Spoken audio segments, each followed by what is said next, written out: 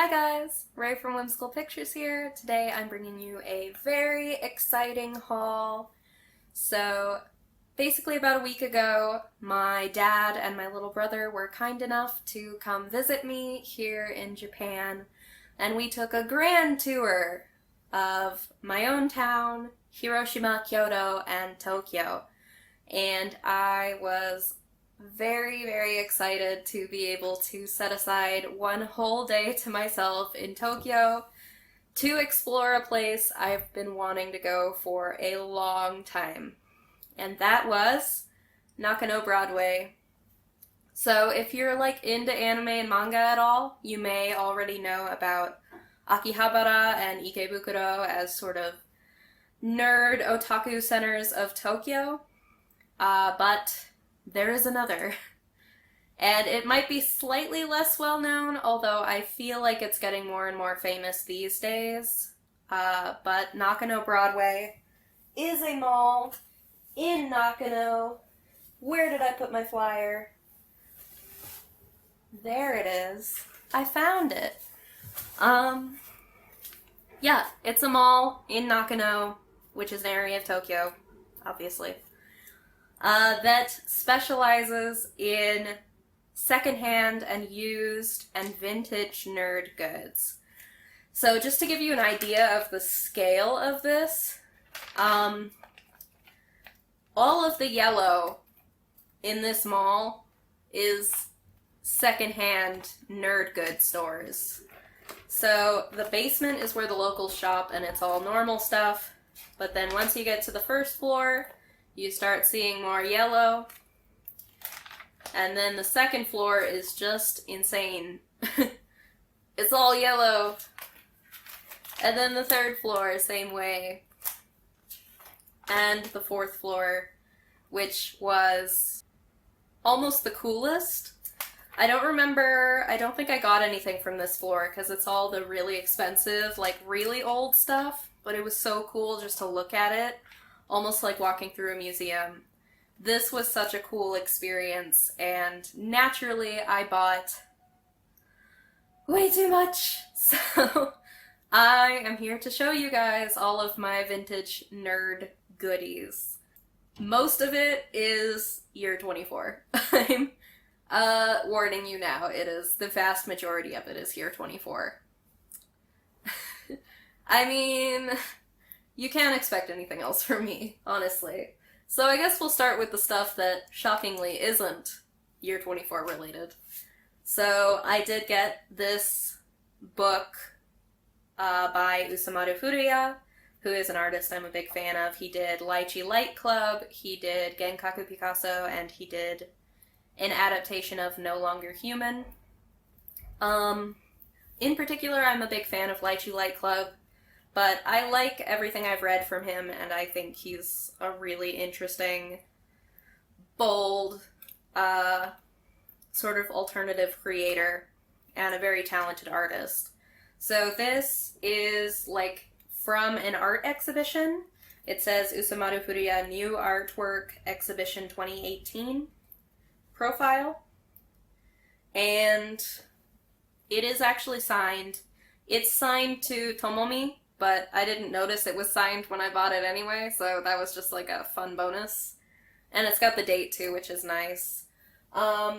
It came with a little postcard, which is a series I recognize, but not one that I've read yet. It's one of his newer works.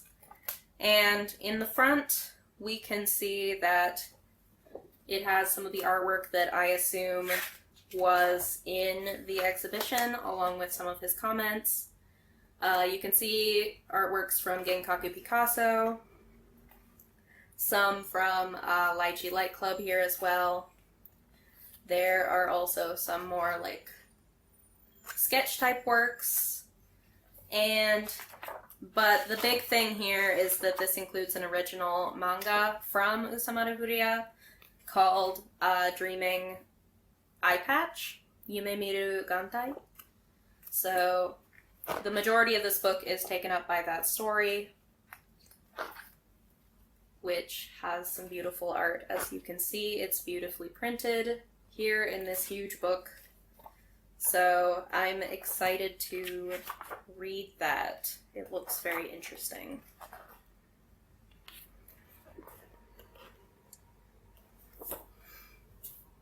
And yeah, that's that. Something small that I got was this little pin. This pin was interesting. Okay, so there was a shop that I went in that I kind of loved. I don't know what it was called. I took a business card from them because I want to look up their stuff. Or like the shop stuff. They were selling multiple artists, but it was kind of like a edgy, cute kind of vibe store. They were selling like sex toys, but like cute sex toys, and they were selling like BDSM materials. They were selling stuff with a creepy cute vibe from like creepy cute artists and eroguro artists. So they had a set of like keychains of like cute little bunnies and kittens done up in kimbaku. There was one I thought about getting, a pin that was like these two fairies just like making out. That kind of vibe. Which I like that style. I think it's fun. I don't know. I like eroguro art. I like Shintaro Kago, Furuya. I like Suehiro Maruo. I like that kind of art. I know it's not for everyone, but I kind of get a kick out of it. I think it's cool. So I wanted to get something from this shop, but I didn't want... Like, I wanted specifically a pin I could stick to my bag. So I needed one that was a little more, you know, appropriate to take to an elementary school every day. So I ended up going with this one. This is actually an artist I like who is, again, quite controversial. This character is called Menhera-chan. Menhera is like mentally ill, mentally deficient, mental health deficiency, essentially. And like her thing is that she's got depression. So I don't like a lot of the art with her because it feels like it's glorifying depression. You know, she'll be drawn with like razor blades. I don't like that, but my feelings about the style of Menhera K are very complicated because I feel like some people really do use it to like reclaim their mental illness and like say that mental illness is normal and it's fine to be someone who struggles with it and it's normal to be someone who struggles with it and it's not something to be ashamed of or that makes you a bad person. And I really like that aspect of it. So I was deciding between two pins. One of them I thought was kind of funny. It's the same shape and size, but it's like a pill bottle, and it says antidepressants to be taken. One pill in the morning, one pill at breakfast, one pill at lunch, one pill at snack time, one pill in the afternoon, one pill after dinner, one pill before bed, and it's like... Yeah, it kind of feels like that sometimes, you know, when you take a bunch of different medications.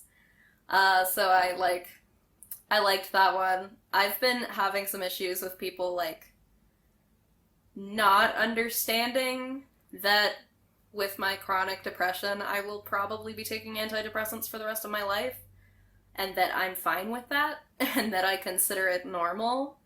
I've had some annoying interactions with people, specifically Japanese people, specifically older Japanese people recently, that have kind of made me want to get something to, like, shout loud and proud, like, it's normal to have depression, and it's normal to take medication for it. But I also thought that one, like, if you aren't someone who has to take medicine every day, you probably wouldn't get the joke. You'd think it's like a drug addict thing. And I also thought it wasn't appropriate, again, for elementary schools. So I got this one instead, which is just a little strawberry milk box that has Menhera-chan on it, and then it says Hon no Ryutsu, so I'm feeling a little depressed at the top. And I think this is really cute. So it's been having home on my bag. Now we get into vintage shoujo stuff. First, I got exactly one thing that is not year 24 related, but is shoujo related. And that is this novel I got from a vintage bookseller. This is called Kasumi, and it is from a collection of old, like, pre- and post-war shoujo novels that would have been serialized in magazines that specifically were illustrated by this artist, Junichi Nakahara, who I have an illustration from him back here. So it has a foreword by him, and then the story itself, which, as you can see, is just a novel. I've read a lot about these types of shoujo novels, but I've never really read any of them for myself. So I thought this was a beautiful book. I'm a big fan of Nakahara's art, so it's nice to have another piece from him to display. And I thought, you know, why not? This seems like a good enough place to start. So, yeah. Excited to read that. And now, we get into a big pile of Year 24 stuff. So, first of all, over here, where Tinkerbell used to be, I have a poster that I got. I'll probably put a close-up around here of Little Kitten from Wada no Kuniboshi, wow, by Yumiko Oshima. I've read the first volume of this series. It's very cute, very wholesome. It's about a little kitten and just her adventures, figuring out life, interacting with other cats and with her humans. And it's very dreamlike and storybook-like, and I love Yumiko Oshima's art style, and I loved this illustration, so now I have it. Next, I have a couple little figures, really tiny, that I got for a specific purpose, and that is that Udon Entertainment is allegedly finally releasing the first volume of The Rose of Versailles in English in December, and I wanted to have a couple things to display with it. So I got a couple different versions of my wife and yours, Lady Oscar du Jaget. Here we've got a full body figure, really small. It's the size of my hand, pretty much. Oh god. Okay, she's fine. Yeah. I got a bust, too. These were pretty cheap, and they're really cute. I just am fascinated by the fact that they took this extremely elaborate character design and just made this, these dinky little prize figures out of them. It's really interesting to me. I think she's really cute. They actually had a full set of these, and I kind of regret that I didn't get at least Andre to go with her. Maybe Marie. But that's okay. I'm gonna have 2 Oscars next to my Rose of Versailles English collection. For now, they are resting over here where I have my Rose of Versailles art book displayed. Next, just a couple of small, Year 24 goods. This one was released by Toei Entertainment, I assume, as merchandise for the Toward the Terra movie. But Toward the Terra is a manga by Keigo Takemiya from the 70s, a shonen space opera. It's really good. It's been released in English, but it's really out of print, so good luck finding it. But this is a letter set. So it's actually, there's a ton of paper for it, and it's a very simple, sort of stark design, but elegant, I think. And it comes with these really cute envelopes. Again, a whole bunch of them. So, for the foreseeable future, anyone who gets a letter from me is getting it on Toward the Terra paper, so I hope you're excited. And then I also got, I thought this might be a clear file, but it's not. It's just a plastic sheet, so I don't know what it is. But, I was just gonna frame it anyway, so that's fine. Because it has this picture of my boys, Gilbert and Serge from Kazetoki no Uta, also by Keigo Takemiya. And it also has this lovely picture on the back, but who cares about those straights? This is where it's at. This is where it's at. This is what I'm gonna display. So, very excited to have a picture from Kaze Toki no Uta to display, because that's one of my favorite series. Alright. Finally, we have some manga. So first is a magazine, actually. They had so many vintage manga magazines. It was so cool. I thought about getting some of the early issues of Shoujo Comic. They weren't too expensive. I also thought about getting one of the early issues of Shoujo Friend. Those were expensive, but I kind of wanted one anyway. But I didn't. I ended up going with this 1979 issue of June. The condition is not super great. Some pages just fell out, so that's good. But I mostly just wanted to read it. It's just... this magazine has had such an interesting impact on, like, anime and manga and shoujo manga, and specifically BL manga. And so many, like, amazing mangaka have had stories in this magazine. And it's just really cool to be able to just flip through it. So obviously this one has an illustration by Keiko Takemiya on the cover. I did that on purpose, because I like her style and I want more of her pictures to display. She just has a prose work in here. Presumably that's why this was so cheap. But we also have what looks like a BL work from Yu Kimichiru. Here we've got some works by Matsuzaki Akemi. Like this one. Very gorgeous. And then there's actually a manga in here by Takano Fumiko, which I am very interested to read. I didn't know that she'd ever been published in June. And I've really been enjoying her stuff recently. I'm trying to find it. Here it is. So it's interesting to see some of her early work in here, and I'm very interested to read that. But like I said with the Takemiya work, there is also prose stories in here. There's a feature on this band, whoever they are. There is a little fan art corner from the readers, which is really interesting to see. And also this really interesting segment in the back that a lot of shoujo magazines used to have, that's correspondence between readers and authors.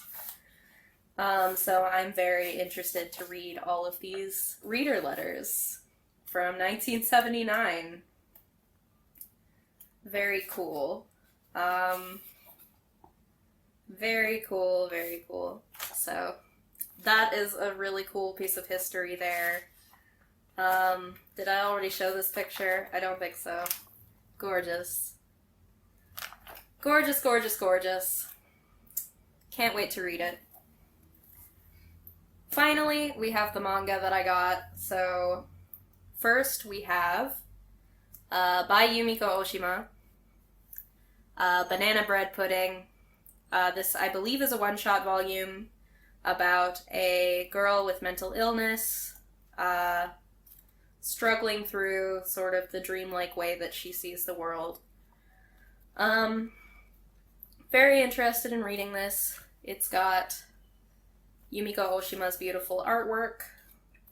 There is a bunkoban edition for this, but it's just so small, and like her art is so small and so crowded and wordy. So like I didn't want to deal with reading another bunkoban of her work. So I was glad to get the tankobon edition. So yeah, I've heard from a lot of people that this is her best work, so I'm looking forward to reading it. Finally, it wouldn't be one of my hauls without a Moto Hagio manga, so I got all 5 volumes of Marginal, also in the tankobon editions. So this is a science fiction BL title she did in the 80s. It takes place in a future when there are no women left. There's only men. So Obviously, it's BL because all of the relationships have to be between men by necessity. I've heard it's pretty epic, pretty weird, pretty gay, and pretty dark, which are things that I expect from her, so I will report back when I read this. I'm very excited. This in particular is a really pretty cover. So yeah, that's everything I got. It's too much. But I am so lucky to be in a position where I didn't have to hold back so much, where I could basically just get what I wanted, within reason, obviously. And I have so many really cool and unique pieces to add to my collection now. I highly recommend Nakano Broadway to anyone who's staying in Tokyo and is interested in any anime or manga, or like any nerd property whatsoever from like before 5 years ago. It's just whatever you're into, it's there, and it's there a lot, and it's really cool. Even if you don't buy anything, just walking through the halls is like walking through a vintage toy and book museum. It's so cool. And yeah, like, what a cool experience. Yeah, that's Nakano Broadway, and I'm so happy I went. I'm so happy to share what I got with you, and I will see you guys in the next video. Thank you for watching. Bye.